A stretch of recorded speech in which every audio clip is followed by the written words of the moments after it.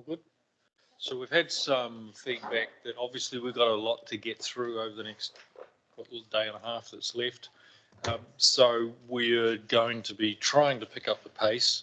I want to encourage, full and frank discussion, but we'll try and move through things because we really don't want to still be here on Sunday afternoon. So your cooperation would be fantastic, and we'll do our best to get through. Brian, handing over. Oh, sorry, we're going to go to the building thing. Aileen, do you want to? Yep, absolutely. So point number one, Brian has authority to crack the whip from here on in. Just on the building, we've been discussing and emailing in the background and just wanted to float something to see whether there's appetite before we draft something up. And that's to look at doing both routes in parallel for a period of time. So we start from the position that we're basically entering a high risk sort of time in terms of our progress towards finding a resolution. So if we start from that position, if we go down both routes at the same time, so we effectively run with option one in terms of this building, but at the same time pursue option 5 effectively to have a look at another lease option. We run through till about January and the two then come together. If option 5 flies, we flip over into that and we go out to consultation, probably a special consultative process to get that moving. If not, we're 7 months down the track to option 1 and we haven't lost any time. The obvious question will be, hang on, but what's our sunk cost in doing that? And the cost looks to be around 800,000, and that's a bit of a thumb suck in the last 2 hours from the consultants. But when you think about that, that is actually value in selling a leftover building, because one proposal is to turn it into a car park, but given the value that this has, particularly with the design to upgrade it, it may be a sale item. So that's kind of the proposal, and I just wanted to test whether there's appetite for that before we go away and draft something up in more detail, and if there's any questions around how that might work, or if you want a bit more time to think about it, love some feedback. Thanks, Aileen. So how would we address that in terms of a decision-making process? Would we give you some more time to draft up a specific resolution on that? Yeah, we just want to think through how that stands in terms of the decision-making on the LTP. Okay. But just in concept terms, just looking for some feedback. Okay. So, councillors, that's what's in front of us. I find myself quite encouraged by the proposal and slightly concerned about the risks that are presented by doing nothing at this stage or pausing, which doesn't allow us to address. So I think it's got merit, open to ideas. John, you got your... My immediate feeling is that I would rather pursue with vigour the option of looking at an alternative for the site or somewhere else, because I just can't get round the idea of what amount of work is going to be needed, and you're still left with what you've got basically as not being an ideal place. So, I'm not overly warm on the idea, just as an immediate bit of feedback on it. And I think, the thought of it adding value to someone who's looking at buying it, I think it's such a unique property that you'd have very limited market for it. And if someone's looking at it and all you're doing is presenting something which says, well, this is the plan as to what would be needed to do to make it up to a standard, that would probably be the invitation to look somewhere else or do a leaseback arrangement of their own for a place of the size. So not overly warm on that. Thank you, John. Peter, and then Rekha, please. So firstly, Aileen, thanks for thinking creatively about how we might move forward. Could you help me understand that if we took no action on this building for 8 months, what actually is the risk that we have? I guess where I'm going is, why don't we run hard at option 5 for the 8 months, that to the point that you were saying, where we come back together and have a look at it? Why don't we run hard for 8 months on option 5, and then in January we'd then be in a situation to say, well, actually we have no other option really other than to opt for the cheapest option that we've been given. What is our risk of not doing that? Thanks, Peter.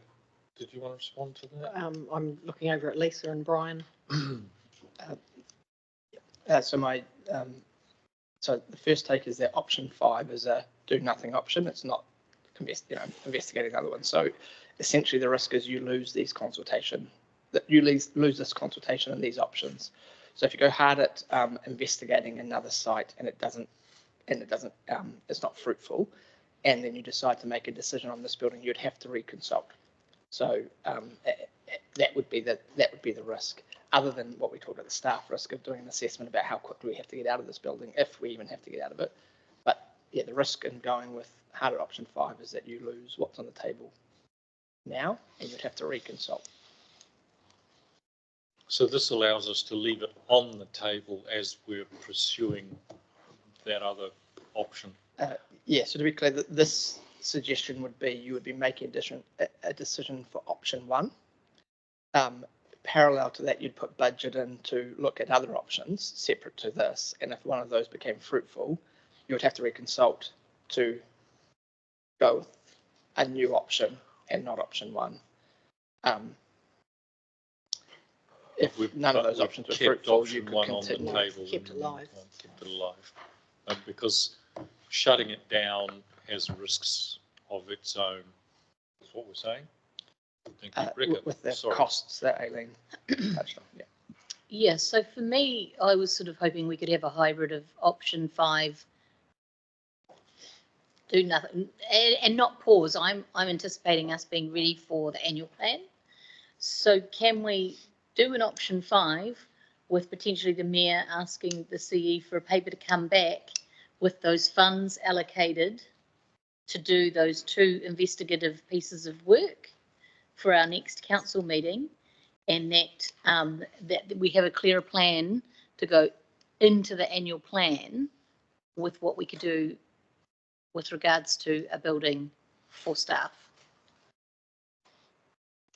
So I'm moving away. I didn't realise you couldn't have option 5 with some tag-ons, but I'm asking, is it possible that the Mayor come back with a request or a paper request from the CE to do those 2 pieces of investigation? I can't remember what they were. One was to look at the land quality and other sites for our next council meeting and include those budgets. So I may have to get some advice from Donna, but I think if you went with option 5, it would be prudent to put OPEX in now into the LTP to undertake those investigation works. And so we can do that as an option. Absolutely. yes. So option 5 isn't just do nothing. So option 5 is do nothing on what you consulted on. Right. And then separate to that, under the activity of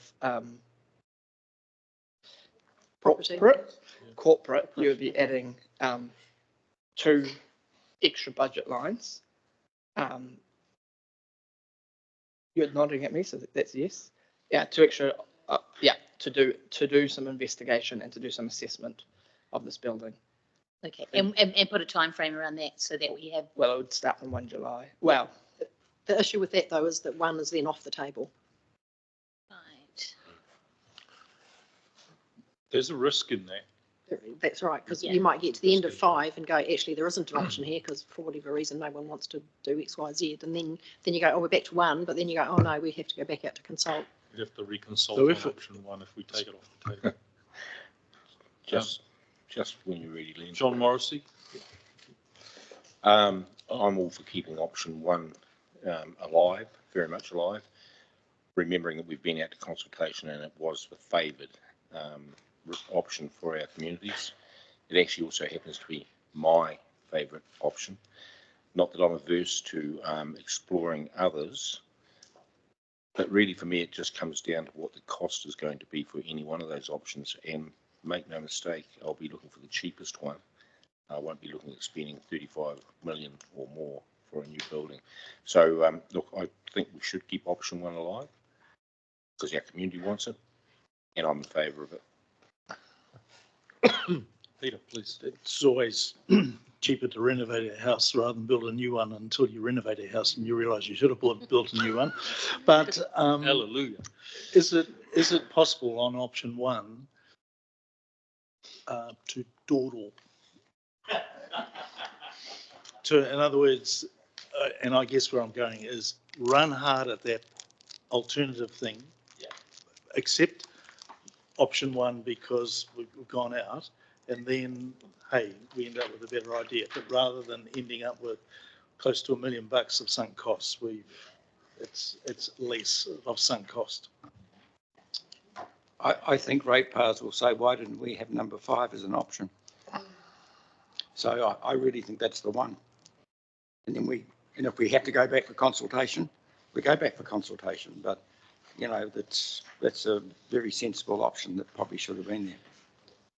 So a couple of things. Firstly, I'm hearing that the councillors do want to look at an option 5, but the decision that we have to make is, do we take option 1 off the table and understand clearly the risk that's involved in that, or do we leave, as the suggestions come, do we leave option 1 on the table and follow a parallel path? Because if option 5, in whatever form it takes, doesn't fly, and we've closed the door on option 1, then we've backed ourselves into a corner, haven't we? Robin, please. So to be absolutely clear and transparent, option 5 involves finding a new site and letting somebody else build a building and us leasing that back. No, I just want to be really clear. Option 5 is a do nothing option. So Right. you're restricted in what you can make decisions on. You can't. The advice that we received is you cannot make a decision to lease another building here. Yes. That would be the subsequent thing that might flow out of option Yes. 5, which is do nothing. Okay. And no, that's good for that clarity, because it seems to me that there are a number of known unknowns and unknown unknowns with this potential option 5 and whatever might lie in the future after that. And so I agree that with the prudent approach of maybe looking at that, but then also having that backup plan of refurbishing, because we've still got the obligations, we've still got all the problems, and I just, the unknown unknowns just fill me with a sense of we're doing nothing and we've got no plan, and there's all of this stuff that we just don't know. How can we make a decision on that? So if I could come back to Peter's question, and I'm not sure the can we dawdle, there's actually 7 different phases, and we could certainly go through the first few that are less costly than the bit when we start to do seismic work and go out and get some final pricing. So there's about 5 different steps before that certainly we could do. I haven't got the breakdown in front of me, but they look to me like sort of preliminary paperwork type exercises. So there is potential there. Can I ask a question? If we did decide to build another building and this one was then offered up for sale, and I think John Grant might have raised the issue, well, actually, who would want to buy it? Because it's a bit of a dog and they would still need to spend $9 million on it. Why isn't the offer or the potential for offering this building for sale to someone who is going to turn it into a fit for purpose building for us and then lease it back to us, the existing building, so that they spend the capital on it, we don't, and we then avoid the capex and just go to a build and lease back option on this building? Why can't that be something that we progress as an option if we're going to go to option 5 and then look at other potential options? Why can't that be on the table? That's a possibility, Len, but I did have mine up before some other people have spoken, but the option 5 course, option one, I was always uncomfortable with. And I reckon if someone comes along to look at this to build, they're going to say, just bowl it. I really cannot see any sense in spending money on this place. And particularly over there, just a bomb would be good for them. And downstairs, I was shocked, absolutely shocked. And I just can't imagine people saying this is a good thing place to fix up. It's going to cost millions and millions more than estimated. So that's my 2 pence worth. That's why I like 5. But it might have potential if somebody as a developer is looking at doing that work and then leasing it back to council. I don't know. I'm not the expert in that area. So Yeah, I think the point would be that staff wouldn't be able to give you that advice today. So we wouldn't know if that is a viable option or not. And so again, all I can just bring you back to the options in front of you. Yeah, I've got Rekka, and then did you have a question, Martin? Thank you. Rekka, Martin. I think your question raises a great question in terms of, I feel like I don't feel comfortable. You know, there's a lot more investigative stuff that can happen in this space before we could make a really clear decision. And I know staff are looking for a steer. And I know from some of the feedback that I've had from people that I've spoken to, option one, they didn't really understand the issues. That was the cheapest option, supported it, and away we go.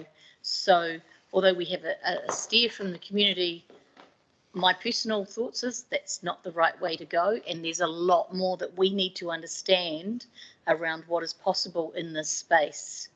And I know that time is not really on our side, and we're limited to the decision that we can make here. And I think that we just need to be really, really cautious about spending, you know, a heap of money on looking at what could be done, you know, what needs to be done, and then here you go, do you want to buy the building? And here we've got a list of everything that you need to do to fix it up. Yeah, we don't know whether those folks are out there that are keen to put their hands in their pockets. Thanks, Rekka. I've got Martin and then Terry, and I'm just going to ask councillors to try not to lose sight of the decision that's in front of us. Keep option one or not, and then option 5, which is do nothing, and then, you know, follow that parallel pathway. So Martin, please, and then Terry. So the first question could just be answered hopefully with a simple yes or no. At this stage, the county building next door is not part of this equation? It isn't part of this equation, or it's another decision to make later about what we do with a surplus building. Because, I mean, the reason I ask that question is that potentially that could make a developer have way more land to do way more stuff with, and it just concerns me that that's not an option. But I get what staff are saying about we can only vote on what we know. I guess also, I mean, I'm not a building property developer, but I guess knowing what the numbers would be for a developer to be comfortable, you know, do they spend 10 million on the building? Do we lease it at $1 million a year? I mean, I don't know what those numbers are. They might just be not even an option. But at the moment, I have no idea on which way to vote, on which option. Sorry. Thank you, Martin. Terry? Yeah, I'll be brief. So I'm concerned that if we spend the $9 million, we're going to end up with a building that's a little bit more functional but full of steel. And is it really fit for purpose? So we've got an opportunity to find a building that really is fit for purpose, and talking about all sorts of things like accommodation and all those things that go with it. So I support a hot look, but have the building as an option to go forward, the current option 1. John Grant, please. I'm happy to move that we adopt option 5 of the consulting document. Thank you, John. So can I just ask? So we will need to draft up so once you've voted that, we'll need to draft up a resolution, because there are some things we'll need to include in that, which include some OPEX and so on. And just to be clear, there is no option 5 in the CD. Yeah, it's.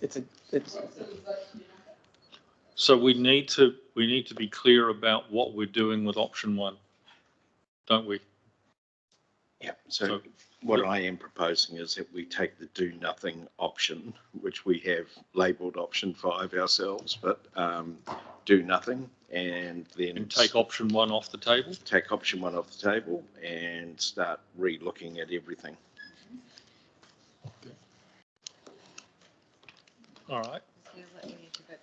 Okay, so team, the staff need time to work through that if that's what councillors want to see happen. Aileen, thoughts?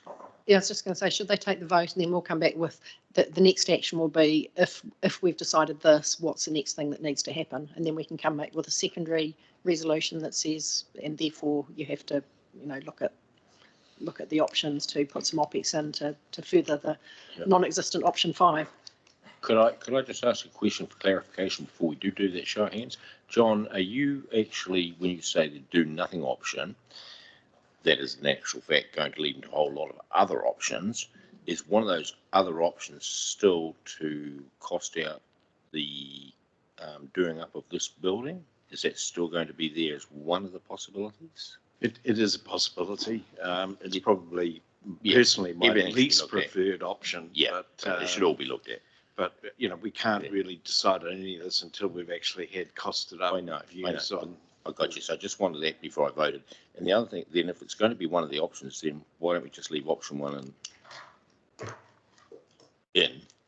and but say our preferred option is number 5, the do nothing one. Why kill it? Because that does cause complications taking it out. Well, look, the only complication that I see is that it means that we have to go out for a consultation on whatever we decide on the final one. And I don't think that's an overly complicated thing. And I think it probably is quite positive to show that we have re-looked at this. We've signalled the fact that we've been listening to everybody and that we go back with a lot more detail than probably what we had in the first place. Yeah, actually appreciate the conversation because I can live with option 5 as long as it includes everything so that we get a costing for everything. Yeah.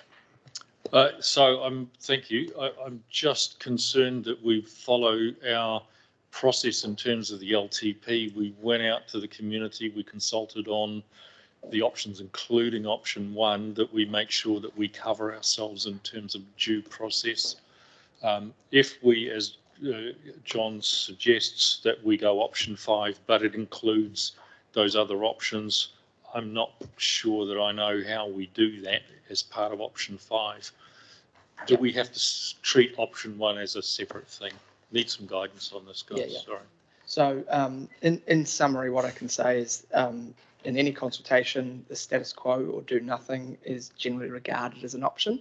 But given that we consulted on with the health and safety implications that were expressed in the CD, probably the appropriate resolution will be about deferring it while making, do nothing in the immediate future while investigating other options. And you'll want to be noting in that deferral the things that you'll do to address the health and safety risks, which is probably the OPEX that we're talking about. And what comes with that, like we said, will be, you lose these options on the table because you haven't made a decision to do option 1. You'll be,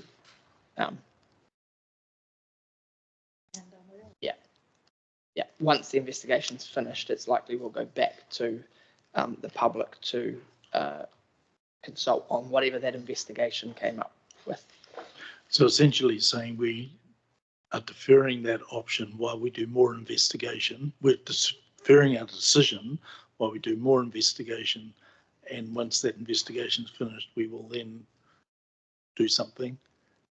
In the meantime, taking whatever practicable steps to address health and safety concerns. Robin. So if we're taking steps to address the health and safety concerns, then that's a good thing. But do we then not trigger things that we have to do to the building? Didn't you say that before? Is that once you've started doing work, you... Yeah, so I think 2 separate issues. There's the defer while we investigate other options in terms of what a building looks like. And second is to assess with the state of this building in terms of those health and safety issues and whether it's prudent to be moving staff out of the building while you investigate. Or obviously if that assessment comes back and says, well, it's actually okay, then you could remain here while you continue to investigate. So yeah, I think the point is that you can't just defer and do nothing and not budget the investigation. Yeah, and Robin, just to add to this, it'd be good to put some words in there around the urgency and the need to respond, in a timely manner. I don't know. Yeah. Can I suggest then we need to give staff more time to draft up? We've heard from councillors. We've got some ideas. They've got a bit of a direction now. Can we park this, give you guys time to draft something up, come back to it? How long do you need? We come back after afternoon tea? Or do you want till tomorrow? Tomorrow? Yeah, I think as we continue to go through this, we'll find the appropriate spot after a break, whether that's this afternoon or first thing tomorrow. Okay. We want you guys to get this right. We don't want to pressure and rush. So, all right. So we're aiming for tomorrow on that. Okay. We're back in your hands, Brian. Yeah, okay, so coming back to the run sheet, we are now moving into the community spaces activity. We are starting with page 92. What I will say is that for community facilities, that goes from 92 to 96. Staff aren't recommending any changes, and we haven't been asked to bring you back any advice. So it's really if there is anything that you want to raise under halls, public conveniences, swimming pools, airfields, harbour facilities or other, and if not, then we can continue to move on. That's page 61 in the report, page 92 onwards in the attachment. Through the chair. Terry, please. Yeah, quick one around the halls, and I'm not sure.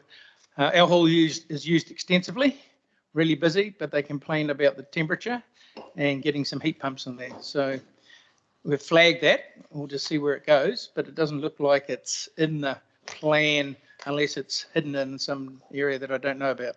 Is it property?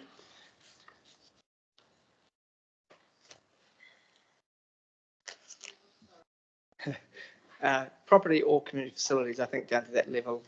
Right, yeah. I'm just wondering, Terry, because that's a good point, but if we're bumping up that community discretionary grant, some of that rats and mice stuff might get diverted there, because if we get into too much detail here, Yeah, I don't get the detail, but it's got some money in there, but it doesn't say what it's for that I can find. So I don't know whether it's is or not. Clarification. Through the chair, I would have to have a look and I could get back to you on that one. So Brian, if we look at page 92 through to page 99 with no changes recommended. So I'd be suggesting to 96. So that's the end of the community facilities. Okay. And then we go into libraries after that, Okay. which we can do separately.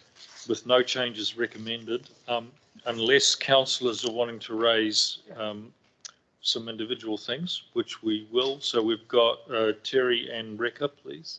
So public conveniences, we talk about that. So somebody's put in we used to have TIF funding, and obviously came along and it started off at 50% and then it's turned into some 100%. But somebody's put in $1 million for the upgrade of the Williamson Park toilets. And we really need to worry. We're worried about the cost of these facilities, keeping them up to date. So it's a big number. And we just would like to have some more communication around that before they start spending money on toilets that's not TIF funded. Yep, I'm looking at Glenn or Ian. Glenn on the end. Through the chair, I'll need to get back to you on that. That number's a little bit larger than I recall. Yep. You happy with that, councillor? Thank you. Rekha, please.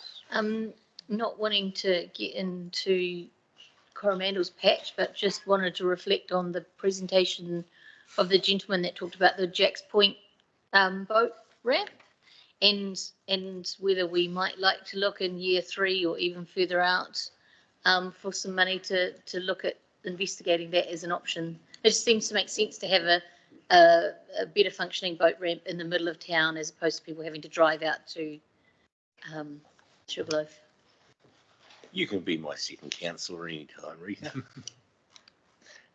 Look, I, if that has no impact on the year 1, year 2 rates, I'd be happy to have that put in there. And yeah, the gentleman, if you remember him, Lenny Williams, was quite passionate and presented a very good case. But I wouldn't want to see it impact on rates. No, yeah, talking in the future. In the future, yeah, it'd be nice to have it sitting there.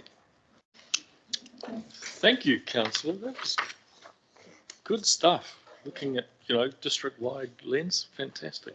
Thank you. Okay, so thank you for raising those points, councillors. Can we then assume, unless there's no further discussion around pages 92 to 96, that we, with no changes recommended, those issues noted by staff? We're just on those issues in terms of making a decision. So the Williamson Park renewal was in year 4, so it's not in the first 3 years. And if you want to make a change, you obviously can make that now, or it's been prioritised in a way that it's outside of the first 3 years. So you could leave it, and it could be a matter for the next LTP. We wanted to raise it because we hadn't a lot of debate about it. It just came up as a project. So I think we need to, the cost of these facilities are becoming more and more expensive, and we need to have that discussion. So I'll leave it till later. If it's left it in there at the moment, and we'll discuss it as we get down the track. Somebody will. So councillor Walker, you wait 4 years, you might well be discussing another number, and it might not be smaller. So thank you. Sorry, can I just respond just on the Halls comment earlier? So this was raised before around the heat pump. There is 7k renewals available per annum for the Halls, and the custodian has said if they decide to use that money for heat pumps, they can. But it's out of the 7k, and they decide what they want to do with that. Yeah, thank you. Thanks, Ian. Okay, Martin? Yeah, I'll just make one comment about the hall because it talks here about requests for hall grants, and I know the whole grant thing is being looked at, but we fund halls, what seems to me, in a not particularly coordinated way. We fund some council ones. We also give funds for community-owned halls for groups to operate, and I think it's been in place for a long time. And so yes, I think a review of how those how we try to treat and fund these halls, which in some small communities are a vital part of their enjoyment of the areas, but also used for civil defence and other things. So yeah, I would welcome an opportunity down the track to see how halls are funded, both ours and others. Thank you, councillor. So just closing the loop on the Jack's point one, that is on page 95. It's not currently in. So if there's no appetite to put it in, you don't need to make a decision. If you want to put a motion to include it, then I guess this is the first of that rules of engagement about what do you want to come out with, what year do you want to put it in type discussion. So it's not in the LTP for the next 10 years. Is that what you just said, Brian? There's no mention of it in there? No, it came in as through a submission through the chair. Correct. And what the staffing comment at page 95 is that the council, the focus is on Sugarloaf, and they will review the situation once Sugarloaf is complete and operational. So I would expect there's probably a report that would need to be brought outside of this LTP. There probably is quite a lot of investigations from my recollection of the submission or the feedback. Of the a lot of the background would be done on Jack's point. Yeah. Yeah, I'm not going to die on the ditch on it. I don't think it's connected to Sugarloaf, but yeah, we'll do another report another day and see how it goes. Good. It's been flagged, and certainly there's a need to have another look at it, but probably in time for the next LTP. Am I reading that right? Yeah. And, Am I recalling correctly that that land is subject to treaty settlements Correct. as well? Correct. Oh, Which- so we should be working out how to go forward with the relationship. Oh, Indeed. Nicely done, Robin. Thank you. Yeah, quite topical. Thank you. Yeah. Perfect example. Okay. Okay, moving so past. moving into libraries, starting at 97, I think we've anticipated a pause around the Tairoa Heritage Centre. That seemed to be something that had come up with discussion. So Dean is able to speak to that if there's appetite. So I'll hand over to Dean. Yeah, through the chair. So I think you've probably read the background material and the timeline that sort of came with it. It's fair to say that there's been some, project failings, and we take collective responsibility for that. More recently, there has been some communication failings in terms of, getting back to the society in terms of the project. But having said that, the area manager and the chair have been in contact, regular contact. It's just the status of the project that has been uncertain. So currently the status is that it's outside of the LTP in terms of both CapEx and OpEx. And the staff recommendation in the deed report still reflects that position. If you were to consider some OpEx, then what we would look to do is re-engage with the working group. We'd look to explore funding, that's ourselves and the society, and we would look to work together on needs assessment and feasibility. We'd want to do that in a gated manner, so we want to do it step by step and be really clear around that. And we were thinking that that could be achieved with 25k for the needs analysis, then a gate, and then 25k for the feasibility if we decided. That could be in year 1, year 2, or it could be in year 2, year 3. And the options around that are that it could come from the community board in terms of their discretionary fund. And we've heard this morning that they've got an amount in that discretionary fund now. We could look at the Tairoa subdivision reserve, or the other alternative is that you could put some money in as part of this discussion now. The impact of 50k going in one chunk would be 0.05. The impact of 25 and then 25 would be 0.023 each of those years. Funding locally or district? District. District, okay.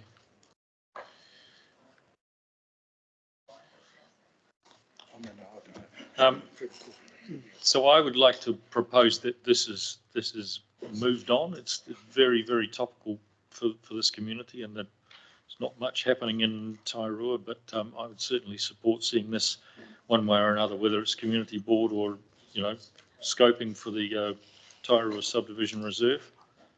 Thank you. Terry?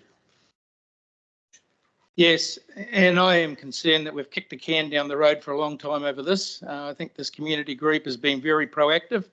They're prepared to go out and fundraise and find money for it. And I certainly don't want to see it come out of a local discretionary fund. That's for Tairoa and Pauanui, and that's to feed those small communities. This is a larger project like that, and it's been rated within the council as a project going forward, and it's had some work behind it. So I support anything to keep this project moving, and the community is really, really desperate to try and make it happen.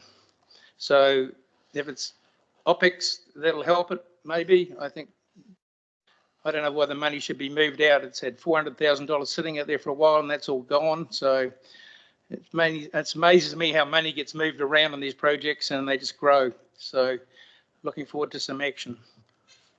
Robin, you had a comment? I heard very strongly that this is important for the people of Tairoa, and I'm not disputing that at all. But the elephant for me as well is just I think about the treasury here, which is a heritage centre, which is funded. And I understand that they've got, grave concerns about their ongoing viability. And we've chosen not to give them extra funding. The community board would like to change where their funding is going. Hauraki District Council is not going to fund them. And so I'm just worried about how much this is replicating things that we already have in a model that doesn't work. That's my concern here, is that if we've got a heritage centre, which is sub-regional wide because it's Hauraki and Thames Coromandel, and then we're trying to create another one, I just have concerns. I don't know if anybody wants to speak to that at all. Have I got the purpose of their heritage centre completely incorrect? One of the verbal submissions that we had did talk about a place to store documents that have already been in the keeping of the Heritage Society. And so I'm just trying to understand whether we're replicating and whether this is a model that's going to work. Are we going to be getting a paper in 6 years' time saying, hey, we've got this great thing that we can't fund anymore, please can the district pick it up? I can throw a bit of context on that, having met with the folks. First of all, my understanding is that there's no proposal at all for operational funding on this. This is well, we're dealing with what we've got on the table. This is basically honouring a commitment that this council made again and again and again over a number of years, and has let them down on.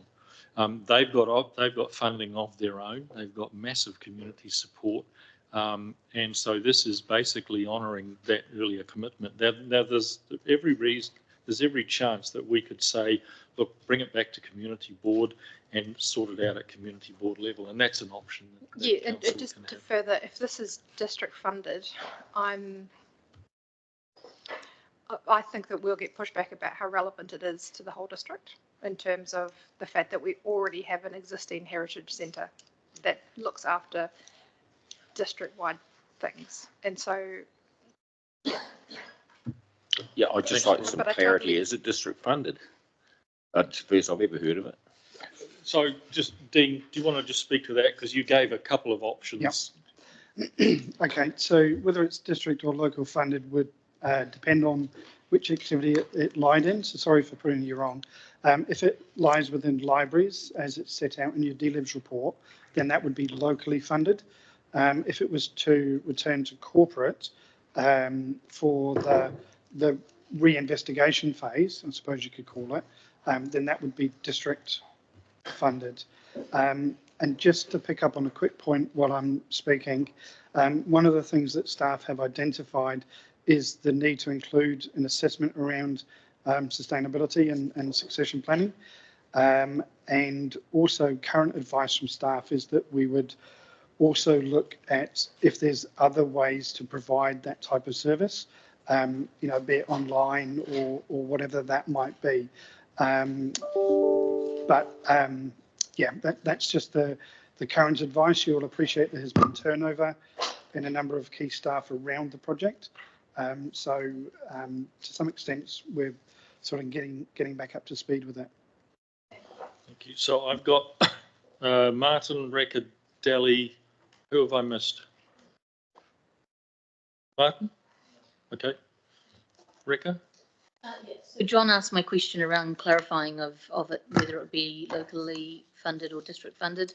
My question is, I mean, if this is, we heard with great passion that this is something that the community wants, and I guess I would like to see us support that community, hand this back to the Tairua Community Board.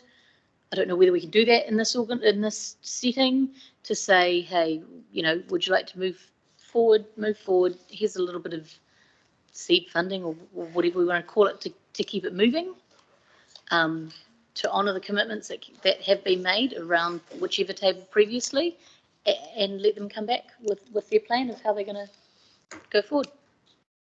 Thanks, Rekha. Deli, did you have a question? Yeah, I agree with Terry. I think they're being treated quite poorly around this project, and I think the language around Heritage Centre doesn't reflect that it is duplicating what's happening in Thames in totality, it is a museum type of place with exhibits and things like that that people can come and visit as well. I'd like to see it happen sooner rather than later, and I query the amount of investigation and feasibility that needs to be done, because surely they've had all of this done. I mean, costs might have changed, but are we taking them back to square one and asking to go right through the investigation and right through the feasibility again? Thank you. Peter? Yeah, so just a couple of things. Firstly, Len, you made a comment that nothing much happens in Tairua, but we have just built a skate park there, which is pretty cool. Secondly, I too would like to see this move forward rather than stop. What I'm not clear on is what are the dollars we're talking about? Dean, before you answer that, and I'm sure you give us some guidance on that, can you just also guide us on, can we just push this back to community board and let them make that decision, even if they need to come to us and say, look, this is what we want to do as a community board. We'd like to bring this to council for funding also, but can we get this out of the LTP? That's what I'm saying. Yeah, and through the chair, yes, you can. The option of the use of the community board discretionary budget is one. And just to note that the discretionary budget is there each year and has increased slightly over this period. And there are reserves to look at as well. In terms of the question around what information we have and what we don't, I just note that the 25K is a budget. First of all, we would need to assess the quality of what we've done and the gap as to what we need to do. So, it might not be using all of that we'd set out, but we just needed to put some budget figures in there. Thank you. So to move this along, councillors want to support this. That's what I'm hearing. Can we get it off the table as far as LTP, bring it back to community board and let them move it forward? Or is Terry? Yeah. So like the skate park, which started at $400,000 and ended up at 1.5 million, what they asked for the community is to go out and get some fundraising for it. Like this project here, we could go back to the community board and say, and they're asking really the council to support the project more, continue to support the project, which Len has explained that. They could go back and say, you need $300,000 or $400,000, try and find, you can fundraise 100 grand or something like that, 1/3, 2/3 or something like that, as a way to keep it moving forward, as opposed to just going back and saying, yeah, we support you, but you've got to go and sort it out yourself. And the $451,000 was sitting there on the 21/31 LTP plan. It was money sitting there. They had designers, they had consents going on and everything, and it would be great to be able to go back and give them a little bit of a direction that looks like it's going to be positive. So from where I see it, there's two options. One is, as I've suggested, ask them to take it back to community board, or we get a resolution on the table now to authorise 25K. Although I'm looking at the Tairua subdivision reserve, and from what I've been told, that potentially there's some funding in there. So why does it need to come through LTP? So, no? We'd need to check, but I don't think it can be used for that purpose. It's a library? No, it's not. It's a subdivision reserve. So the reserve was collected, and it can only be to actually buy more reserves or to do something on a reserve. Isn't the library classified as a reserve? A library is not a reserve. I thought in this case it was, but no, I'm obviously wrong. Okay, forget that. All right, so that shouldn't. So, do we want a resolution on the table to support them for $25,000 to get this thing moving? I'm happy to move it back. All right, can we draft up a resolution? Thank you. Okay, so can we get a? All right.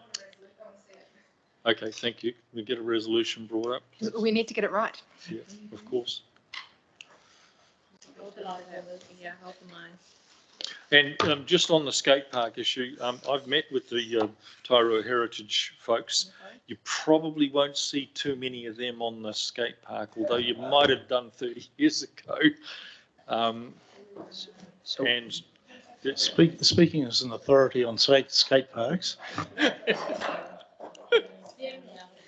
I'd like to discourage any ageist there are talk, lovely, please. wonderful people committed to their community.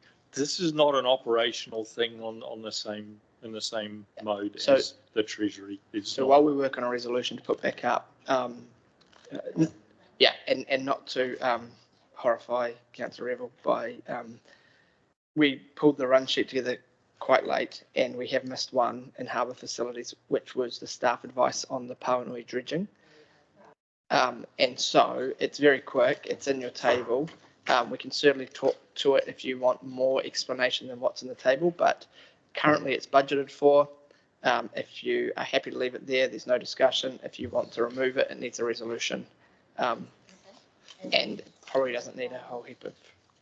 I'm confused in terms of our. Yeah. So it's, yeah. It was one of the ones we were asked to go get advice on. There we go. Can I just get a point of clarification? Sure, John. In regard to it. What I'd really like to understand, if I've read correctly, this is not our direct responsibility. We're doing it out of the kindness of our hearts. And it really falls back on the Waikato Regional Council as part of their area of responsibility. I can speak to that if I can through the chair. Can I just ask Aileen to just give us a I think it's Yeah. our responsibility. response to that? Well, no, it's not. So this is a very vexed question, and there's been decades and decades, well, 30 years with argument backwards and forwards. So in terms of territorial authority, we have no obligation, but we can do it if we choose, which is your first point. The regional council, again, has no obligation, but they can do it if they choose. There has been a link drawn in one of the, I think it's the Navigation and Safety Act. There's been some assertions that makes it a regional council responsibility. That's never been one. I'm not sure it's been fully tested either. So the advice I give to you is that it's nobody's responsibility, but we could choose to do it. Around the country, it tends to be port companies that do major dredgings. Territorial authorities do tend to do dredging around their structures, like around their boat ramp, to make sure you can actually get in and out. But navigation channels, that's something else. So just a further clarification around that. Are there any other places around the peninsula where we actually do something similar? Yes, I can speak to that. At Whangamata, they dredge the channel out to the main channel and the main channel, but it's funded through the marina, and TCDC supports that funding, and it normally comes from fees from the boat ramp. So they gather about 60K from the boat ramp, but the fees, the marina does about 90% of the cost of that, and they dredge the channel out to the main channel, and then sometimes the main channel down to the entrance. Okay. Well, you know, my take on all of that is I understand why we're doing it, but I just wonder about the equity of fairness of charging this to our ratepayers right around the whole of the peninsula for the benefit of the boaties in one particular place. I think it's a larger problem when people realise it's quite dangerous. It's not just boaties, it's people on paddleboards, swimmers, everyone. They're getting swept out. The sand's all changed. It needs digging up in the beach and all sorts of things done. And everyone's saying, oh, no, you do it, you do it, you do it. We've got to actually do something about it because the people there are very, very angry about it all. And we've seen sorts of people writing and suggesting, but I think we have to give some assistance. Hayden has suggested it's local, locally funded. Sorry, Local Hayden, funding. was it locally funded? Yeah, well, that's good because they're happy to do it, and it has to be done. It's very dangerous. Rika? Yeah, so if you look at, so it's great to know that it's locally funded, thank you. If you look at the last sort of couple of lines there in that first peach coloured column, we've obviously put in a boat ramp and there's an option to make some money there. So if we don't continue to dredge it, then we will lose the income as well. And I'd just like to add one of the verbal submissions, kind of the thing that stuck in my mind. We actually don't want a pontoon, but please don't stop dredging. So what I'm hearing quite clearly is, and I've heard this from the Pauanui and Tairua communities as well, there's all sorts of reasons, including safety, why they want this done. They don't mind paying for it. All right, so if, as a council, if we can agree to do it, and if it's locally funded, and can I just get some guidance as to whether the mechanism is for paying for it, so it's, you know, so the cost is covered? How do we do that? That's already been done. Why is it an issue for us? Through the chair, it's currently in the LTP budget. It's locally funded. And it's in the budget. There was a question, I think, on Friday when we were looking at the activities, the OPEX activities about it. So we brought some further information. About reducing it or taking it out to Yes. save costs. Yes. So in that case, that's an easy one to move past. If it's locally funded and the community wants it and we don't see any benefit from taking it out, then we leave it in there. I agree totally. And remember that when it's done properly, more boaties use it and pay their bait fees. So money go round. Yeah, and so we're hearing it's staying, and that's fine. So now moving us back to the Tairua Heritage Centre, we've got the resolution up on the. Did we have a mover and second? I'll move it. Terry, second.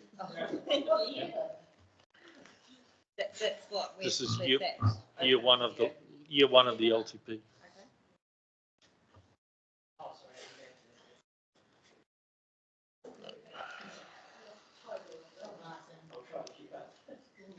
Should be 2024, 25.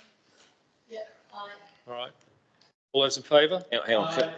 Thank you. That's passed. Next. So the boat dredging in Pauanui Harbour stays in? Yeah, we're moving on Got from the that? dredging. Moving Yep. on. And Right. we've now added that in to libraries. Anything else for libraries? No? Okay. Parks and open spaces. So again, we were asked to bring back some staff advice for the Hauraki Rail Trail project. That's in your table. Glenn, do you want to speak? This is in, so you'd be making a decision to remove it. And because the question keeps coming up, Hayden, is this locally or district funded? The Hauraki Rail Trail and Parks and Open Spaces. Hauraki Rail Trail. So locally funded and locally funded. Locally means Thames? Yes. Yeah. Okay. Thames. Well, we don't get to make decisions on Hauraki. Sorry, We can try. we have TCDC, HTC and Matamata Piako, who are all partners of it, contribute a base sum each, plus also then a separate amount based on how many kilometres are in their patch.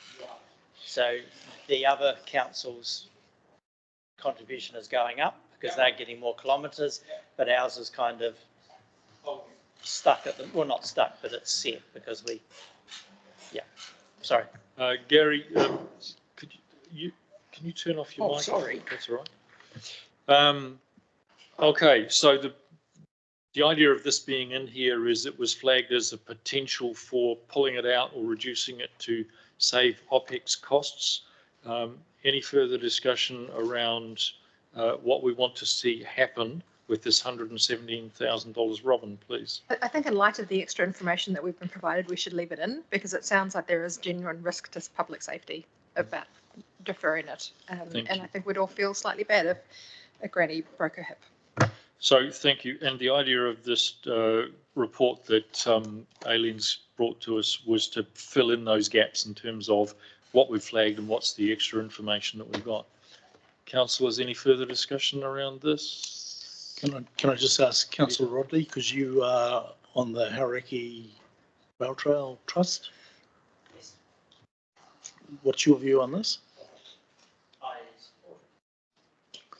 So leave it in and don't take it out. Thank you. Can I just Terry? comment that Diane Drummond is an amazing woman for getting money.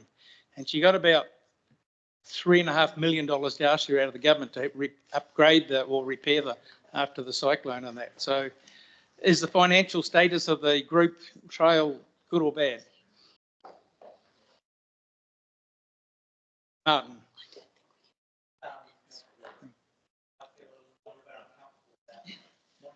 Okay.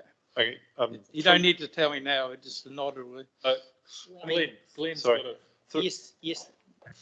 Through the chair, the get out of jail free card on that one is this short length of the trail is council asset, not part of the trust asset. So this is maintenance we'll be spending on a bit of asset that we own. is that from the Kopu through to Thames? So Teratu Road north back towards, yeah. So this is about us maintaining our asset that the rest of the trust looking after it is. So this is about council liability. Yes, it essentially. is. Right. Is it district funded, Neil? So it's park, Glen, so it'll sorry. be Thames Ward funded. Okay, so we're talking about council asset, not Hauraki Rail Trail. We're talking about maintenance of that council asset, 117. Can I just ask what period is that for the period of the LTP? Or is that year one? It's Year one, yeah, we were looking at OPEX projects in year one that you could reduce rates, so it'd be 0.1%. we have visibility on the year 2, year 3 I think spend? it's Do we one know? off. It's 1 year. Yeah, I think it's a one-off project. So there's a longer, the trail was poured in 2 separate slabs. So an original slab was poured and then it was widened later and the slabs are slowly separating. So there's a longitudinal crag that in some places is relatively narrow, other places up to the width of your hand. So there's a risk of it tipping somebody over their handlebars. So that's a real safety issue, isn't it? So we're talking $117,000 to fill up a crack. So that's based on an engineer's, yes is the short answer. The engineer suggested a grout to try and hold the 2 slabs together to provide, I mean, the other option would, you could do something more temporary, which would be some kind of media that wasn't a binding agent in there. Yeah. I just note that, and I smiled, this becomes particularly more hazardous at night for people who use the trail for fitness after dark. It torches, hand torches if you're doing it out of dark, and you'll have a better safety. So I just can't fathom that, having done a bit of nighttime stuff. So I guess from us, it's whether there's a motion or numbers to remove it, or we'll move on. Can I propose that we look at a temporary option for year 1 and then it's got to be fixed, but we take the pressure off year 1. Is that an option? I'd be happy to move that, Len, that we do a cheap temporary So long as solution. it is value for money and not just adding cost. Glenn, any thoughts? Yeah, we can do something cheaper and then we'll be spending more money later. Exactly. Cheap yeah. doesn't mean cheap. I mean, if we've already done the legwork to figure out what it's going to cost, we either do it this year or next year. There's no point spending a little bit now and a little bit down the road. Thames locally funded, the 3 Thames councillors seem quite supportive. The work's been done. Yeah. It feels really expensive, but I think we're going to probably indicate that on every project that we look at, whether that be a public toilet, refurbing a building for offices, or fixing a cycle trail. Okay. Hearing it. I'm going to bypass you 2 and just suggest what she said and say we're hearing that everyone's comfortable to leave it in and just get it done. It's Thames locally funded. Just get it done. Okay. Move on. Yeah. All right. The next one that we were asked to bring advice back on was a investigation on district-wide off-leash dog park facilities. The staff have not identified any risk of removing it. It's just so if you want to remove it, it's just a resolution to remove it. I want myself on the record to say that for 21,000 for the dog people, it's negligible impact. It should stay in, but I'm prepared to be overruled. I'm happy to be overruled by the councils. It's actually a small amount, I agree, but I think the signals that it gives are clear that we are reviewing down to this sort of level, looking for opportunities. Yeah. And I'm a dog person. I'm hearing that. I've got my own little place that they can run. So. You haven't got a dog. Okay. Martin. This is different from the Burke Street dog thing with furniture and stuff that the Thames Community Board and the chair are. Yes, that is different. Yeah. Okay, sorry, councillor. I was just wanting to check so that I can say to my community board, yeah. Okay, so we will need a resolution to remove that. That will be. Somebody want to put that up? Somebody want to propose it? While. John Grant, seconder? Yeah. Give us a second to bring it up. Okay, so we're going to move on, give Ari time to type that up, and then once she's ready, we'll be. So for the remainder of parks and open spaces, from page 100 to 110, which includes playgrounds, the community board matters, vegetation, other, and cemeteries, staff aren't suggesting any changes, and we haven't been asked to bring any advice back. So it's only if you wish to add or remove anything there. Thanks, Brian. Anything that anyone wants to raise in those? So just going back to the question Martin asked before with regards to the Burke Street dog, whatever it is, where equipment has been purchased but has not been installed because there's no budget to install it. Is that now that should be raised under Thames Matters Parks and Open Spaces? Yes, and Ian can speak to that. I think just only to point out, so it is in the prioritisation. It's second bottom from that list of prioritisation that's in there just now. So that's the Burke Street off-leash area upgrade. Is that the one we're talking about? Yeah, so it's right down the very bottom of that Parks and Reserves at this moment in time. So just to clarify, that means it's not in the LTP. Correct. So. No, I'm still confused. Page 102, thank you. 102. But essentially we've got some doggy exercise equipment, like some poles for some slaloms and some seesaws and potentially a dog watering thing that is sitting somewhere in a building somewhere that is just going to be a stranded asset when 10 years time someone will come across it and go, what's all this stuff? That this is yeah. Delhi. At the time it was voted to do it, and then we pulled some money out of the Parks and Reserve budget to be able to fully fund our library from memory. And we upset the Parks and Reserve people, and I apologise. But now the Thames Community Board feels very strongly that we need to do this because we've got the gear sitting there waiting. That would be insanity not to. Sorry. How much money are we talking about?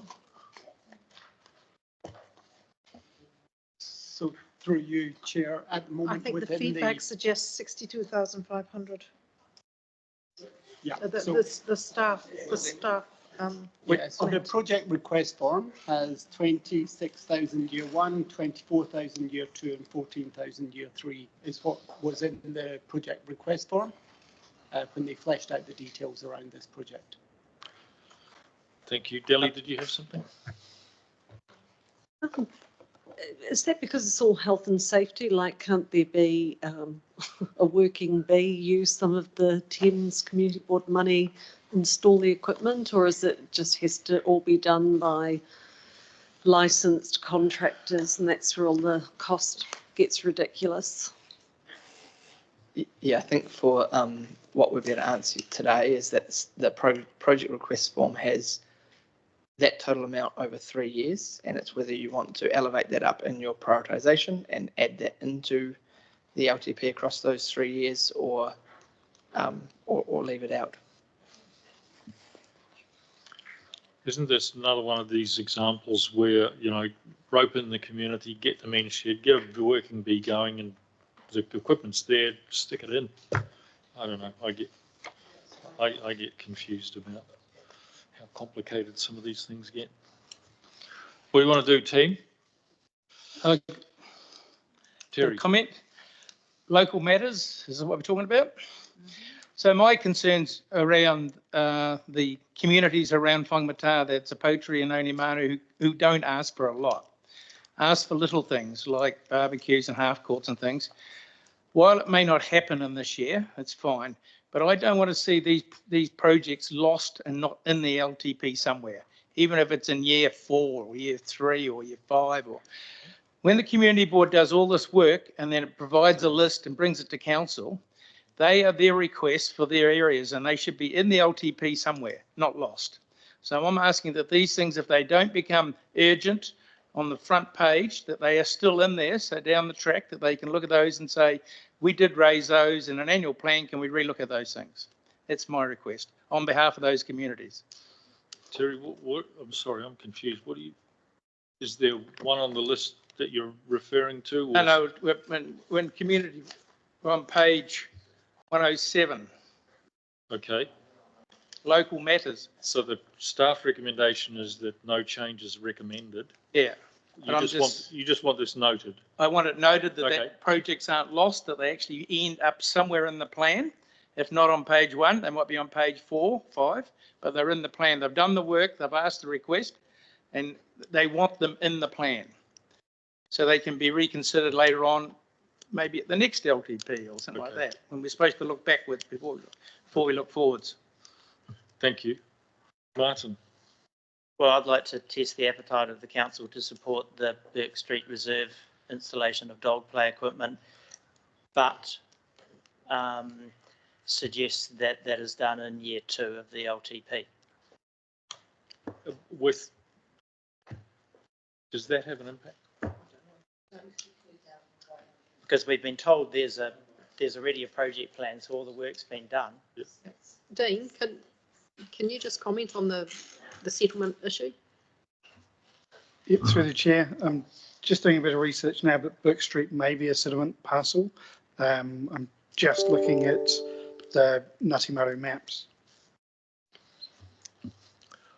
So if we've got playground equipment which has been bought specifically for Burke Street, and the proposal is that we, in year 2 of the LTP, we spend the money that's been allocated, locally funded, to put that equipment in, there's a risk potentially of that having to be renegotiated as part of.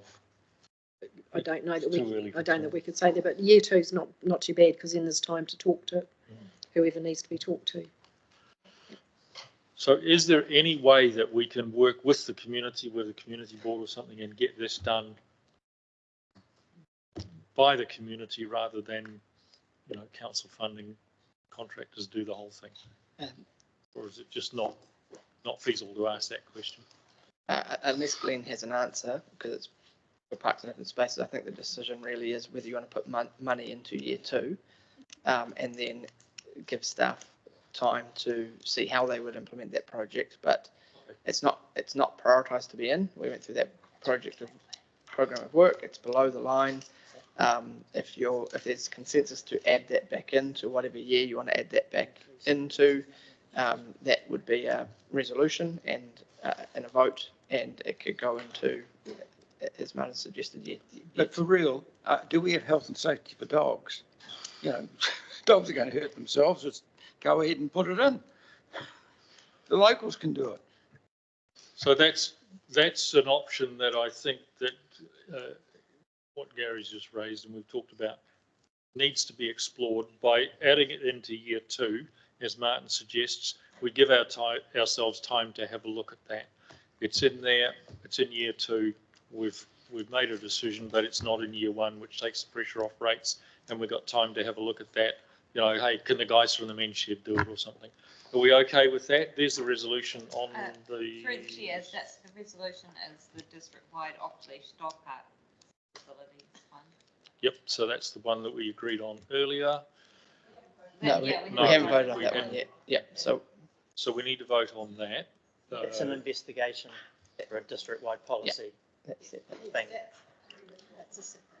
Yeah, just park that. We'll come back to it. I think while we're on Burke Street, we need to decide whether we're putting that project in or whether there is consensus around the table to put that into year 2, and that would be a new resolution. So before we draft that up, is there numbers?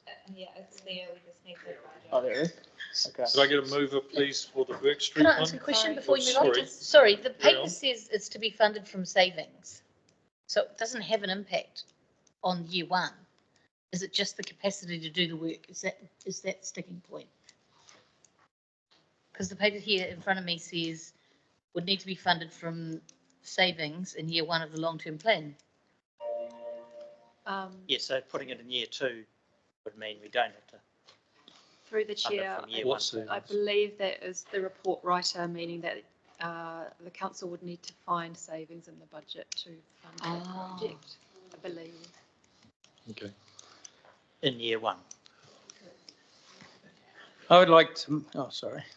Yeah, Terry, go ahead. I would like to move to year 2. If we're following and cutting our cloth to this, there's certainly no projects that are popping up that council is supporting and staff are supporting. So I think this should be moved to year 2 in line with what else is happening in the other areas. So I'm just going to clarify if that's all right. This is for drainage to allow this to happen, and the drainage, it's, as we know, there's contamination in the area. So this is actually the budget for the drainage.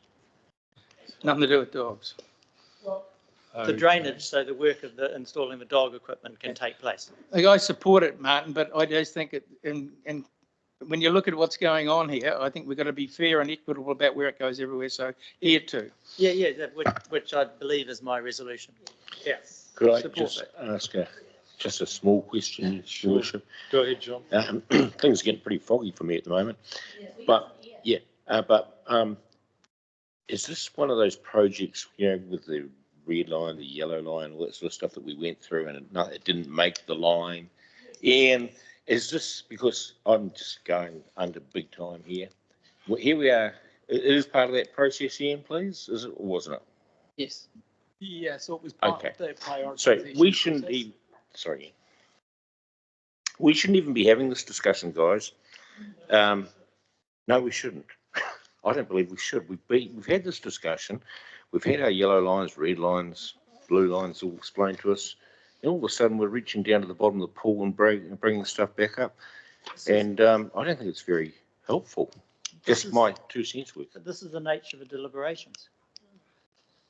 Well, Taking what our community have said. If we didn't have to take that into account, we wouldn't be sitting here. We'd just sign off on the red line and that would be actually, good point. You're entitled to argue for your community, Martin. Argue away. I know where I'm going to vote. So there must have been a reason why this was brought to the table. Okay. Martin. So we need a Councillor resolution on it. Suggested a resolution, which is written. So. And that's part of the process. So there we've got a resolution for Burke Street. Now that we've had that extra information about drainage, we know what the funding is for. Can we just move on or vote on the? We just need to put an amount in. So Ian, is it just 62,500 in year 2? Yeah, it's year 2 and that needs to be changed or adjusted based on. I can't see why it would be spread out over 3 years. Okay. 62,500. Yeah. Sorry, through you, Mr. Chair. So at the moment it was 26k year 1. So if you're moving it all, it's just 26k moved to year 2 and then 24 and then 24. The reason for the elongated time frame is this is an ex-landfill. The drainage requirements for this will need some design work and they need to actually check it because it's got a cap on it on the landfill. So if they're doing drainage works here, then it's not going to be a very fast process. So that's why it's over multiple So the resolution needs to bring all of that money up with over 3 years. To defer it to year 2, and the work program to be deferred to start in year 2. Yeah, 62,500 starting in year 2 over 3 years. So while Ari's doing that, I was going to say, can we vote on that other resolution, but then. Okay, so bringing us back to the district-wide dog park investigation. So we've got a mover and a seconder for that. I'll put that to the vote. All those in favour? Aye. Okay, carried. Thank you. Okay, so that's removed out of the I'm LTP. going to ask that we get some air in here and open that door. We need some air. We're just opening that door.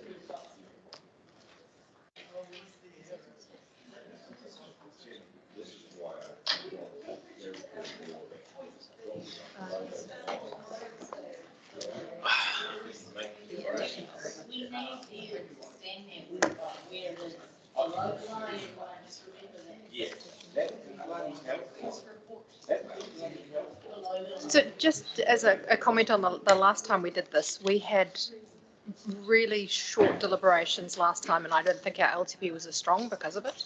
So we had 2 days set aside, and we finished it before lunch on the first day of the LTP here at deliberations in the 2021-31 LTP. So this is a much more rigorous process, and I have a lot more faith in it. So yes, it is taking longer, but sometimes you just have to take longer. Yes. This one. We may be here.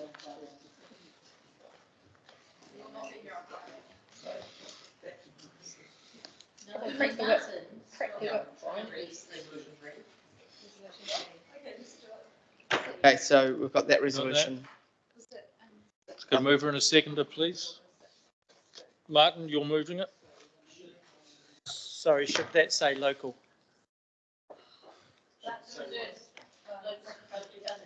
Cool.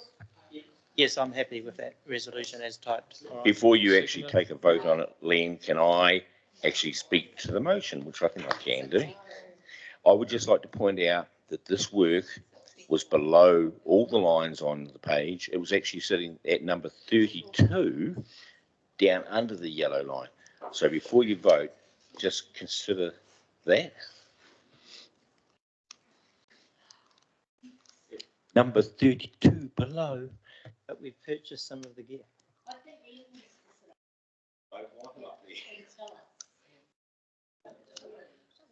Hang on, who moved?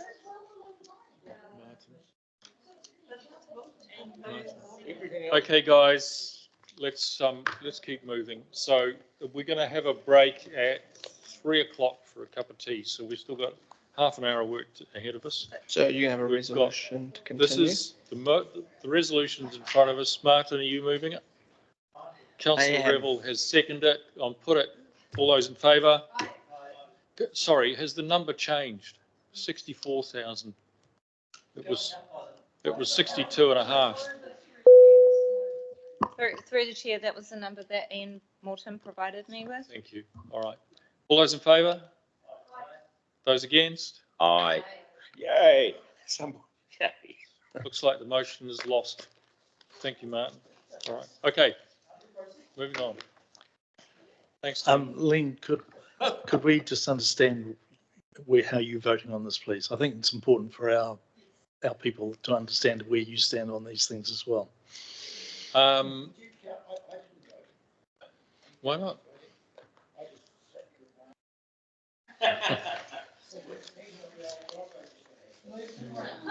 Yeah. Does he want it? I'm going to abstain because I would like to see this stay with the Thames decision-making process. Okay, so if there are no other matters on parks and open spaces, protection of the people and the environment, we were asked to bring back some staff advice on 2 of those. Swimming safe. These are in your table. These are in the budget for discussion about whether they stay or are removed. And So the first one there is 31K for a risk assessment of swimming safety district-wide. This has not traditionally been a council function. So again, it falls into the category of not required by law, but something we can do should we want to. However, the coroner made a ruling in Tauranga that a drowning could have been avoided had Tauranga City Council taken more firmer action around knowing the dangerous swimming sites and putting up signage. And it was around that time when we were talking with the Coast Guard, the Surf Lifesaving, about signage around the district. And we were getting ad hoc requests to put a sign here, there, and wherever else somebody thought it might be dangerous. So this seemed like a principled way to work out where to put the signs. Well, what the coroner says is not binding. It's purely a suggestion. And I can tell you, I have a fair bit to do with swimming. I'm still involved in surf lifesaving, and I've given evidence before the coroner on things. Signs don't make a bloody difference. The people go racing in, they never look at them, and it's just, I'm sure the coroner wouldn't have a clue about swimming. So the end result is, you're going to be a mug, you're going to be a mug, and the sign wouldn't have saved you. So that's just telling you how it really is. Delhi. I hear what Gary says, but I'm looking at those two items together. And even though I've got a real cut it, get rid of it, save money, I think there's optics around the first one. And there's also I think there's a degree of risk on both of those, as Aileen has outlined, that if we don't have our signage in our the Eye of Sauron, TCDC, focused on a couple of those safety things, I would probably vote for keeping them both in. Can I just ask a question in regard to... Gary, sorry. Well, I've got you on the list. If I promise to come to you... Oh, no, I'm sorry, I didn't see Terry. That's all right. So Terry, and then straight back to you, Gary. Thank you. Yeah, I hear that Surf Lifesaving and a couple of those organisations have got some really good funding through the government. We work closely with Surf Lifesaving, with the community board, with signage, and working with them on areas of, protective and swimming classes down at the local pool. So I feel comfortable that we are covered reasonably well there. We have got an issue at a poultry. We had some drownings and there's no kind of patrol area there, but they're trying to work with something there and putting some local flotation devices or something. And if you're dealing with the next one, which is the emergency management, I do not support the tsunami alerting project. It's been around for a while, and I just don't think it's been a successful project through the council. I'm next, I believe. So can I just ask Aileen to respond specifically to that, and then I'll come straight to you. Yep. So that last bit, just to be clear, that's not an alerting. This is signage. I'm sorry. Gary. This is the completion of a program to install the signage. Well, you heard my comments about signage, but we've now gone to tsunami alerting. No, we haven't. We've. Oh, well, yeah, sorry. Well, that's what I put my thing in because Delhi mentioned it. So we're just talking about back to number one. No, Terry raised the tsunami thing, I think, and no, we're staying on the swimming safety. Whether you want the budget to stay in or be removed. Yeah. Now, what Delhi has proposed was that it stay in there. I'd like to test that, please, and say, Delhi said, look, she supports it staying in there. Can I just test that? And for those that want it to stay, let's just do a show of hands. And otherwise, yeah, of course, yeah. Been corresponding with Avon Polo from Surf Lifesaving New Zealand, and that big tranche of money isn't for operations, it's all clubhouse and equipment, so it's not improving the bodies on the ground, actually rescuing people. And even though most people do run past signs, I think we've got a bit of an obligation on that East Coast to make sure people, that we're seen to have been doing the right thing. So I wondered, to move us along, and I know people want to speak to this, but I guess it's only relevant on that show of hands if you're going to remove it. So I think, Your Worship, your idea was good. We should test the room. If the show of hands is that it's removed, then there'll have to be a resolution and then you can vote on it. The show of hands is to, Delhi has proposed that it stays in. I'd like to get a show of hands for support of that, please. It stays in. Otherwise it comes out. Swimming signs, yeah. So, Okay. all right, so those that would like to see it removed from the budget, show of hands. So we'll work on a resolution and move on, and the resolution will come up and you can put a vote. So the next one is. We've got it already. Oh, you've got it already? Okay. As an aside, while you're waiting for that, Island View Road, there's 17 signs before you walk in the water. My wife counts them each time. Normally there's another one going up. No one looks at them. Thank you. Okay, resolution coming up, just so that we can formalise this.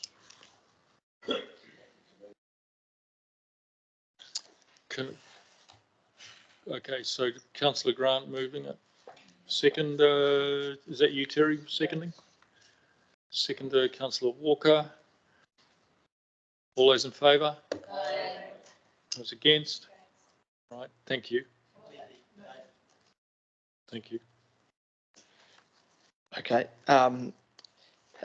District-wide emergency alerting strategy and infrastructure investigation. Again, notes in there. I think Aileen's touched on it. It's around signage. Are there some notes on this, are there? In there. I've got that.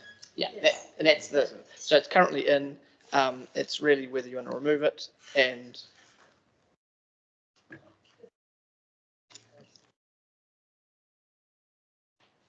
Okay, so John, please. I would suggest that we move this to year 2 and remove it from this year's rates. Okay, Gary. We've been down this path before, and there was a bit of publicity at the time when I managed to show slightly something inconsistent in what was being said, and it made it somehow or other in the news, and next minute we got contacted by an American organisation that does this sort of stuff, and they said, what you're talking about was obsolete 20 years ago. We do stuff all around the world, we can help you, but I'm just wondering who is the one that's meant to be doing this, because the technology. This is signage. Signage. Gary, specifically signage. Signage. $51,000 to complete the signage installation. Can I? Just 2 seconds. More signs? Seriously? Oh God, save me. So we'll go Terry and then Robin, please, and then Rekha. Mine just a quick question. Pam Bolt was lead of this, and I saw all the signage that she did. Has all the signage been completed, and it's just about putting it up, or is it some signage that has to be built as well? Somebody help me there. We need to confirm that the signs have gone up. There are certainly signs in all of the wards, so it may be completing that or more signs, or. There's also a second part there, promote evacuation routes. I understand that she's met all the community groups and got a community hubs in the areas where there's no coverage. Yeah. Is this a continuation of that? That's something else, separate. That was all funded under. Yeah, that was funded under recovery. Just seems a lot of money if you're just putting up signage or some promotional work around it. I don't know. I would agree that if it's not important, if it's not signage putting up, which is important, to defer it to year 2. Thank you. Got Robin, No, Rekha and Martin. I don't support deferring this, and my career in local government has been vexed by tsunami sirens and people being upset with having them taken away. We have, I think, a community expectation that the sirens were not fit for purpose and had been removed, and we said that we would replace it with very clear signage in all of the places that it is relevant. And so if we're now deferring that, we are breaking the expectations of our communities. And I am uncomfortable with the idea that some communities will have this and some won't. So I'd really like to keep this in. Thank you. Thank you, Robin.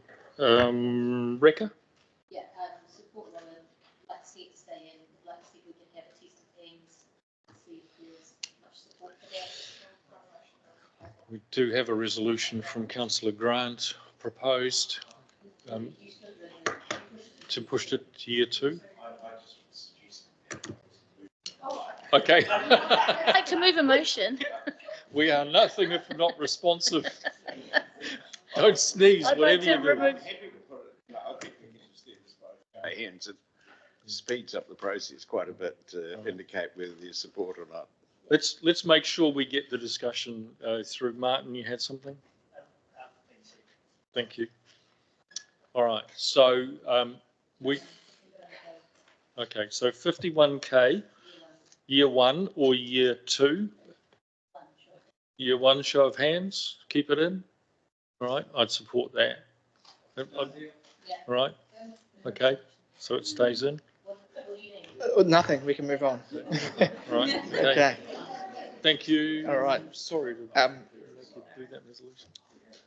Emergency, that's the emergency management activity. Staff aren't recommending any other changes, so unless someone yells out. Coastal and hazard management, starting at page 113 and going through to 119. Staff aren't recommending any changes, and so it's about whether there needs to be something from the floor. So page 113 to page 119. Coastal and hazard management, no changes recommended. Any discussion? Go ahead, Gary. What is this seeking to do? You have an activity with that we've gone out for consultation on, and you've received feedback, and some of that feedback is requesting change. Staff have analysed that in the staff comment to each line, and it's just whether you wish to make change to that activity area and budget, or not from what the CD was, what the consultation document was. So it's just to do with housing and that sort of. No, this will be without going into the specifics. Yeah, June management. I'm at let's Moanatari. Seawalls. Eamon can answer that. Hello, Eamon. Kia ora. Go ahead if you want to give us a bit of an update. I'm very happy to. Can you repeat the question, please? No, not easily, because it's page 113 to page 119. What does It's quite extensive. Councillor Gottlieb's asked for a brief overview of what the activity entails. Brief overview. Coastal management. So briefly, it's to enable us to work towards understanding and delivering some of those key capital works projects. So there's Moana, Taieri, Te Puru, Tairoa, Kauru, and Thames being the biggest one. The focus this year is on Thames, and there's design work, engagement, consultation, plus understanding some of those tricky things that submitters have brought up, like vertical land movement and groundwater. That's one part of it. There's another aspect that's not so much protection, but it's supporting and integrating with spatial planning. So if we've got hazard areas and non-hazard areas that need to align with our spatial planning or district plan updates, there's an allowance in there to support that as well. The big one, which we probably won't tackle until we get central government direction, and it may be further down the track, as elements of managed retreat, where there's areas that we aren't able to protect and we don't have options. What do we do in the long run? That may not be something we choose to tackle straight away, but it's on the horizon. That's you've discussed matters with Dennis Teague and seen his suggestions. Yes, yep. No, I've had an individual meeting with Dennis Teague. We're aware of his suggestions, and we understand the uncertainty in some of those areas. And we've gone to, I guess, the technical experts, SatSense, for their opinion on the data. And while it's things to be considered, it goes alongside a whole lot of other considerations. It's not the be all and end all in terms of vertical land movement or groundwater. We need to understand consents. We need to understand how our rivers and stormwaters interact. There's a whole lot of things that need to come together. Thank you. Terry, please. Your question, Eamon, I got for you is around, first of all, is the Moana Taieri seawall. Is that a council asset or a regional council asset? It's a TCDC council asset. Okay, number one. Number two is that I was invited to join a group which Dean Allen was part of, the regional council called the Coromandel Catchment Group. We're on it for several years, but Thames wasn't part of that. Thamesville was part of the Hauraki Matamata Piako scheme. So do those, the regional councils signal that it's not going to spend money on its flood assets like stock banks and things like that? How is that going to impact on what's going on in around those projects? Yeah, there are significant regional councils and assets in Thames. Even more in a Taieri, there's a pipe that runs alongside AG Pice that's owned by a regional council. So there's a potential impact. What they have signalled doesn't provide a lot of clarity. It provides an indication that they'll be looking to do something different. That's what Councillor Ravel and I went to the regional council last week in part to talk about, that we're after greater clarity from regional council on what they're going to do with their assets. One area that we're going to get or encourage that to come is the Thames project. We've got the river modelling programmed to be part of that project, which will come through the governance with Waikato Regional Council, and then it will be quite obvious, or there'll be decisions needed to be made by both Regional Council and TCDC. Okay, some work ahead for you. Thank you. Thank you. Councillors, any further discussion? Noting that there's the proposal from the team is that no changes are made, page 113 to 119. There's extensive work. Quite a lot of this is not in years 1, 2, 3. It's either put back in later years or spread out. Although we do need to be mindful that there's quite a lot of design work and preparatory work going on. And we've also signalled quite clearly that we're looking for outside funding. And so we need to be preparing ourselves and lined up to make sure that we've done our homework to get ourselves lined up for that outside funding. And the assumption in the LTP is 60% from government. We've got to do our homework to make sure that we are lined up for that. So, anything further?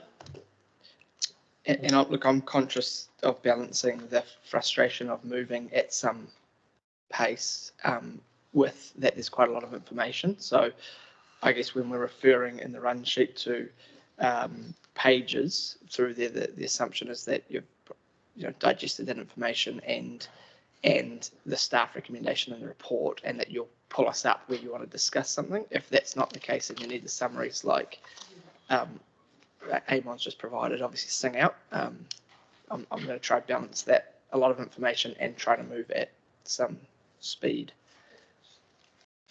Thank you, Brian, and that's much appreciated. So, okay, moving on. Okay, so if there's nothing further in coastal hazard management, we well, in community health and safety, I think we've just skipped over. So if you're happy with, again, there are no changes recommended, page 121. Most of those were out of scope. They were compliance related issues or the like that we'll pick up with staff. So moving on to planning and regulation. We have a key decision. So page 56, and no, that's the report resolution, page 125.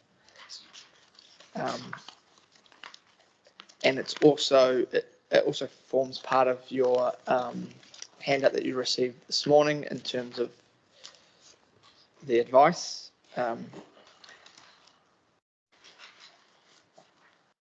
once we've got to page 125. Yeah, so this is decision 2 about investing more, and I might hand to Leslie to provide a quick summary. And then there is a resolution that's already tabled for you to make a decision on this. Kia ora. So as you can see on page 125, the majority of people supported option 1, and we are recommending that you proceed with option 1. You did ask for some additional advice on Friday, and we've provided that in that peach-coloured response. And you've also asked, there was a third item on that list about, yeah, so we'll talk to that later.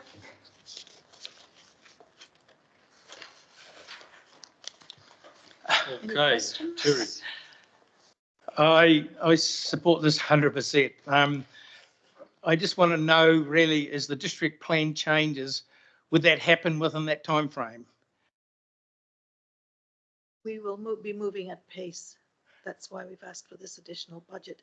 I can't tell you that it will happen as quickly as you want it to happen. Plan changes, once they're released for public consultation. Really You're into enough bum fight. Well, hopefully we will be well prepared when we go out. That's part of that preparing the plan change, that we try to get enough robust information together so that when we go out to consult, we're on pretty strong grounds. Yeah, so that's got good information. That's really important. Really supportive around the spatial planning, and hopefully that kicks off. That's part of this deal as well. But concerned about the district plan, how that's a long, involved process, and I don't think our proposed plan's been finalised yet, is it? Still some stuff to be done. So it's 2016 when that was done. So yeah, I don't know how to fix it either. Thank you, Terry. This Further budget is discussion, also for spatial planning. councillors? Rika? Option 1? This will, Absolutely. Yep. 205,000. so you have a resolution on page, do we want to bring that up? So how did we go? No, Okay, not the so numbers? it looks like we've got further discussion. John, did you have some? Yeah, I just want to clarify. I'm a great supporter of the need to do this, but did we explore whether there's an opportunity just in regard to timing to reduce? I'm just trying to remember what the year one. So it's loan funded, and so in year one, the 200,000 in each in district plan and in spatial planning equates to about a 0.1% reduction in rates if you deferred it. So because it's loan funded, it's not the straight 0.4 year yet. Yes. Yeah. So the options before you for the resolution are to not add those budgets in at all and carry on at the same kind of rate that we've gone on for the last few years. Do it at the staff recommended rate, which is the total budget in, or at a slower rate, which we've got the figures there. So it's. So we've had a show of hands that it looks like you're getting a clear signal that councillors see this activity as extremely important, want to support it, want to move forward. We've got a resolution on the table. Could a mover and a seconder, please? Delly, Terry, all those in favour? Aye. Aye. Thank you. Yep. Great. Thank you. So, in addition to this, in the report sorry, I'll just get my page back.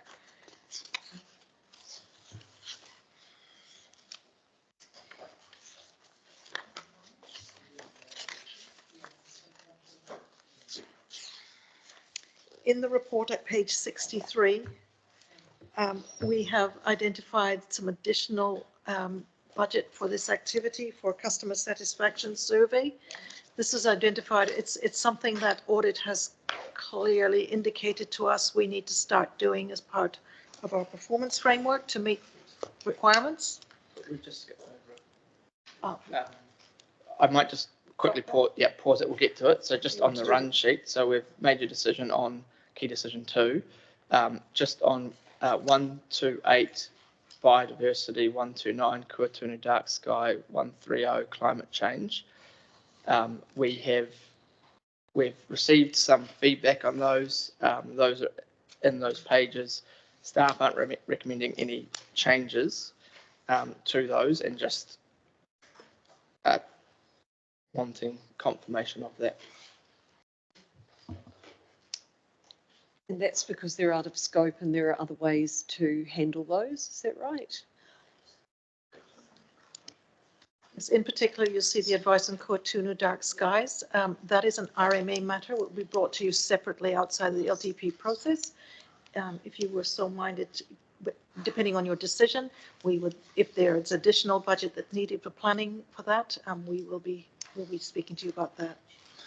So we just want to touch on that because I know it was a theme in the feedback. And Terry and then Martin, please. And biodiversity, that was brought up by the regional council. This is what really strong about theirs. And we have to give effect to anything they do. So I think they should do it and bring it along and we'll have a look at it, because whatever they do, we've got to give effect to anyway. So That's right. no point us spending a lot of time and effort on it. And we're currently speaking to them about biodiversity strategy. So we're in conversation with them about that already. So I just wanted to touch on it because I know it was a theme and it's something that was touched on last week. So if we're happy to, we've acknowledged the feedback, we've got some staff feedback, staff advice to that. So now moving on to the additional budget that Leslie was touching on. And the same thing with climate change. I mean, we're working on our climate change strategy. We've had a number of submissions around that, but we are, there's no change that we're recommending to the budgets. Thank you. So are we, oh, sorry, Martin, carry on.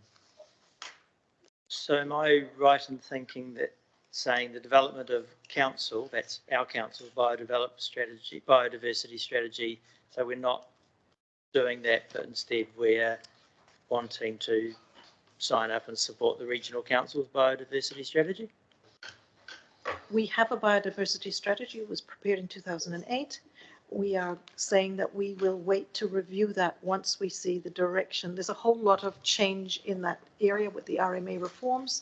We're going to wait and see how things pan out, and we're going to work with the regional council to see what direction they're setting before we come in and look at what we need to do to review ours. And hopefully by then some of the RM reforms will have settled as well. Because we did clearer national direction. Yeah, and we had some submissions, and also people have been talking to elected members saying that our current approach is, oh, well, that's regional council's job to look after the privet and the pests and all the rest of it, and there's dissatisfaction that that's not being done adequately. But I'm disappointed that there's nothing really in this long-term plan for biodiversity in a time when it's one of the most important things. So I think, Martin, we did make a very strong submission to WRC in terms of we want additional funding, and recognising that so much of this crosses over with WRC and Dock Estate. So our submission on that was pretty strong and pretty clear, I think. I understand that, but I don't feel that is going to help enabling our local community groups and things to do things in the biodiversity space with our support. Thank you. Delhi, please, and then Terry. I think there's actually quite an awful lot happening in Mercury Bay in terms of like Mayor's Task Force for Jobs and planting and helping people find funds. So I think as a community, there's a lot that can be done in terms of linking people up with the right funding streams, finding plants. I'm just thinking of Andrea Whitehead and the work she's doing around coastal planting. I don't think we're failing. I think it's quite sensible to wait and see what the directive is, but we're already doing quite a lot of stuff in our own wards, I feel. Thank you, Delhi. Terry, please. Yeah, I just want to add to that. We have a very good trapping system in Whangamata. It's mostly funded through the community board. They get a little bit from regional council, so they are like pocketed when it comes to feeding this. We also do weed spraying on the reserves, and they've been trained to do that. So there is a lot of work going on around it. But I also hear from, like Martin, there's a whole lot of other stuff along the roadsides, especially with Wakakate. They don't do anything around that, privet and pampas and all that stuff. So yeah, there's work out there being done, but they need to open their pockets a bit more. Thank you. Anything further? No, so we can move on to the customer satisfaction survey that I rudely cut Leslie off on. So maybe start fresh.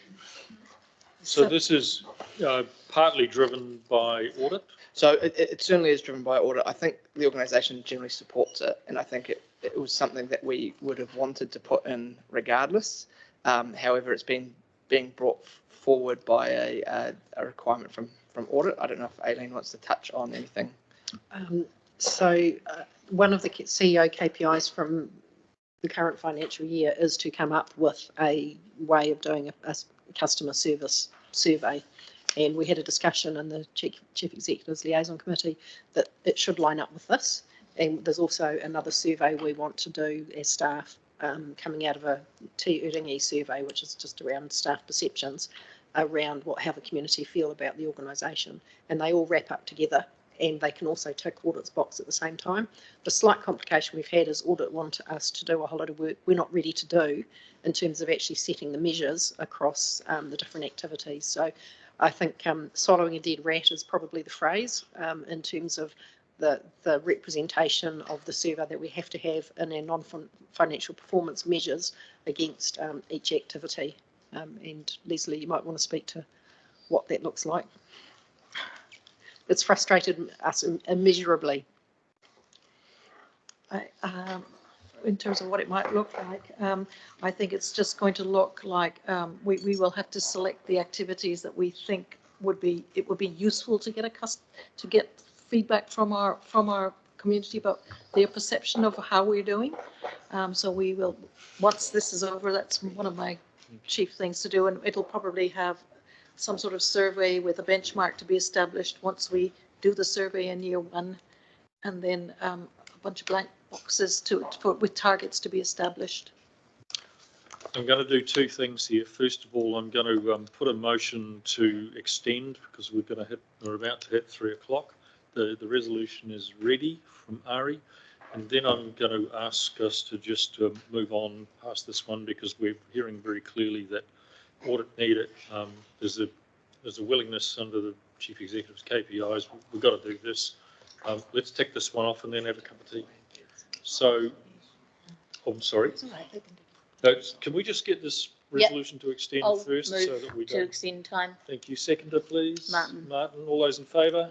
Aye. Thank you. All right, go ahead.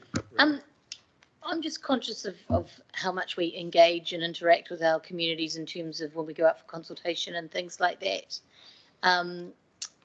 And is this something that we can tack on to consultation?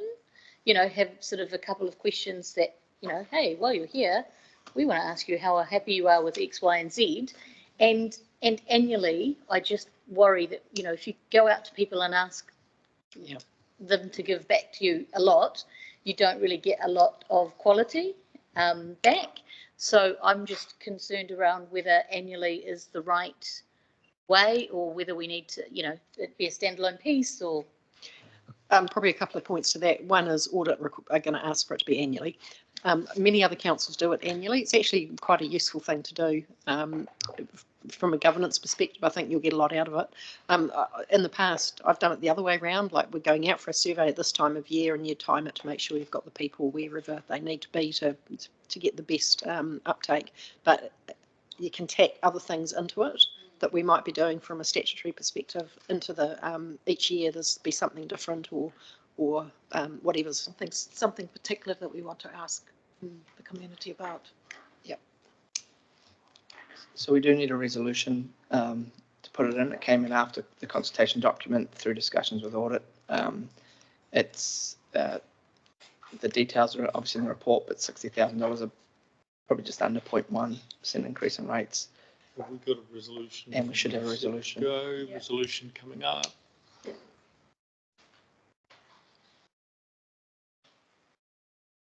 Does mover and seconder? Delhi, please. Seconder. I'll second it.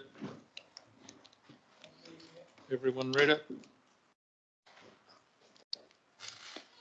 Okay, I'll put the vote. All those in favour? Those against? Motion is carried. Thank you. Cup of tea. Thank you. 3:15. Thanks, Tim. How long do you want to go then?